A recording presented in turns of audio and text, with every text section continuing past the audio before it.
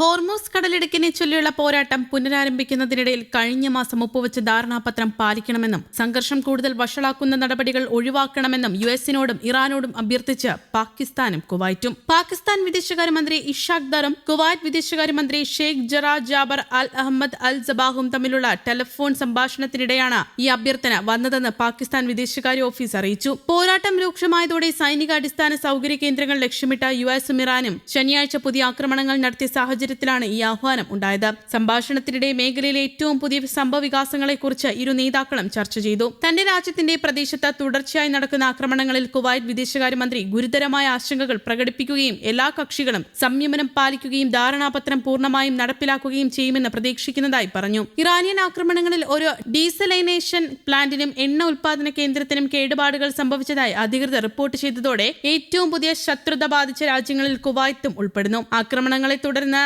കുവൈത്തിന്റെ വ്യോമാതിർത്തി താൽക്കാലികമായി അടച്ചുപൂട്ടുകയും വിമാന പ്രവർത്തനങ്ങൾ തടസ്സപ്പെടുകയും ചെയ്തു. പാകിസ്ഥാൻ ഉപപ്രധാനമന്ത്രി കൂടിയായ ദാർ സംഘർഷം ലഘൂകരിക്കേണ്ടതിന്റെ അടിയന്തര ആവശ്യകതയെ അടിവരയിട്ടു. എല്ലാ സംസ്ഥാനങ്ങളുടെയും പരമാധികാരത്തെയും പ്രാദേശിക സമഗ്രതയെയും ബഹുമാനിക്കേണ്ടതിന്റെ പ്രാധാന്യത്തെയും അദ്ദേഹം ഊന്നിപ്പറഞ്ഞു. ഇസ്ലാമാബാദ് MOU പ്രകാരമുള്ള വെടിനിർത്തൽ പ്രതിബദ്ധതകൾ പാലിക്കേണ്ടതിന്റെ ആവശ്യകതയെയും അദ്ദേഹം പറഞ്ഞു. പശ്ചിമേഷ്യയിൽ സമാധാനം പുനഃസ്ഥാപിക്കുന്നതിനായി കഴിഞ്ഞ മാസം യുഎസും ഇറാനും ധാരണാപത്രത്തിൽ ഒപ്പുവച്ചു. പാകിസ്ഥാൻ ഒരു ഗ്യാരണ്ടിയായി കരാറിൽ ചേർന്നു. സാങ്കേതിക തലത്തിലുള്ള ചർച്ചകൾക്ക് 60 ദിവസത്തെ സമയം ഈ കരാർ തുറന്നിരുന്നു. എന്നാൽ ഇരുപക്ഷവും വീണ്ടും ആക്രമണങ്ങൾ നടത്തിയതോടെ ആ ശ്രമങ്ങൾ ഇപ്പോൾ തകർന്നതായി തോന്നുന്നു. സംയമനം പാലിക്കാനും പരമാധികാരത്തെ ബഹുമാനിക്കാനും കഴിഞ്ഞ മാസം എത്തിച്ചേർന്ന കരാർ നടപ്പിലാക്കാനും പാകിസ്ഥാനും കുവൈത്തും ആഹ്വാനം ചെയ്തതോടെ വീണ്ടും സംഘർഷം പൊട്ടിപ്പുറപ്പെടുന്നതിനെക്കുറിച്ചുള്ള വർദ്ധിച്ചുവരുന്ന ആശങ്കയാണ് സംഭാഷണത്തിൽ പ്രതിഫലിച്ചത്. അതേസമയം കുവൈറ്റ്, ജോർദാൻ എന്നീ രാജ്യങ്ങൾക്ക് നേരെ ഇറാൻ നടത്തിയ ആക്രമണങ്ങളെ ശക്തമായി അപലപിച്ച് UAE രംഗത്തെത്തിയിരുന്നു. ഇറാന്റെ നടപടി അറബ് രാജ്യങ്ങളുടെ പരമാധികാരത്തിന്മേലുള്ള നഗ്നമായ ലംഘനമാണെന്നും അവരുടെ സുരക്ഷയ്ക്കും സ്ഥിരതയ്ക്കും വലിയ ഭീഷണിയാണെന്നും UAE വിദേശകാര്യ മന്ത്രാലയം പ്രസ്താവനയിൽ വ്യക്തമാക്കി. ബഹ്റൈനും കുവൈത്തിനും ജോർദാനും ഐക്യദാർഢ്യം പ്രഖ്യാപിക്കുന്നതായും തങ്ങളുടെ സുരക്ഷയും സ്ഥിരതയും കാത്തുസൂക്ഷിക്കുന്നതിനായി സ്വീകരിക്കുന്ന എല്ലാവിധ നടപടികൾക്കും പൂർണ്ണ പിന്തുണയുണ്ടെന്നും UAE അറിയിച്ചു.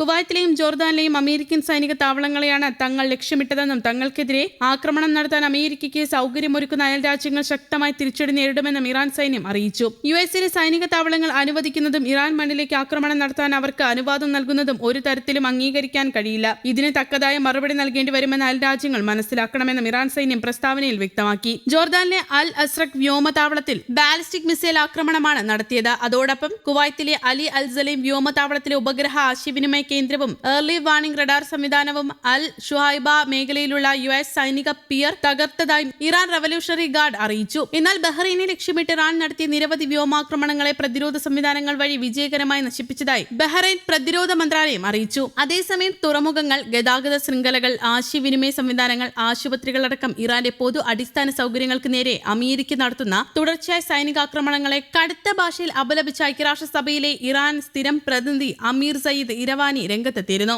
US വ്യോമാക്രമണങ്ങൾ അന്താരാഷ്ട്ര സമാധാനത്തിന് ഭീഷണിയാണെന്ന് ചൂണ്ടിക്കാട്ടി UN ജനറൽ സെക്രട്ടറി ആന്റോണിയോ ഗുട്ടറസിന് പ്രത്യേക കത്തയക്കുകയും ചെയ്തു. രാജ്യത്തെ സാധാരണ ജനങ്ങളുടെ ദൈനംദിന ജീവിതത്തെയും സമ്പദ് വ്യവസ്ഥയെയും തകർക്കുന്ന രീതിയിലാണ് US സൈന്യം വ്യോമാക്രമണം നടത്തുന്നതെന്ന് ഇറാൻ ആരോപിക്കുന്നു. തുറമുഖങ്ങൾ, ഗതാഗത ശൃംഖലകൾ, ആശയവിനിമയ സംവിധാനങ്ങൾ, ലോജിസ്റ്റിക്സ് ഹബ്ബുകൾ, റഡാർ സംവിധാനങ്ങൾ, തീരദേശ പ്രതിരോധ സംവിധാനങ്ങൾ എന്നിവയുൾപ്പെടെയുള്ള സിവിലിയൻ സങ്കേതങ്ങളെയാണ് അമേരിക്ക ബോധപൂർവം ലക്ഷ്യമിടുന്നത്. ആക്രമണങ്ങളുടെ പൂർണ്ണ ഉത്തരവാദിത്തം അമേരിക്കയ്ക്ക് മാത്രമാണെന്ന് അദ്ദേഹം കത്തിൽ വ്യക്തമാക്കി. News desk, Kerala Kaumudi.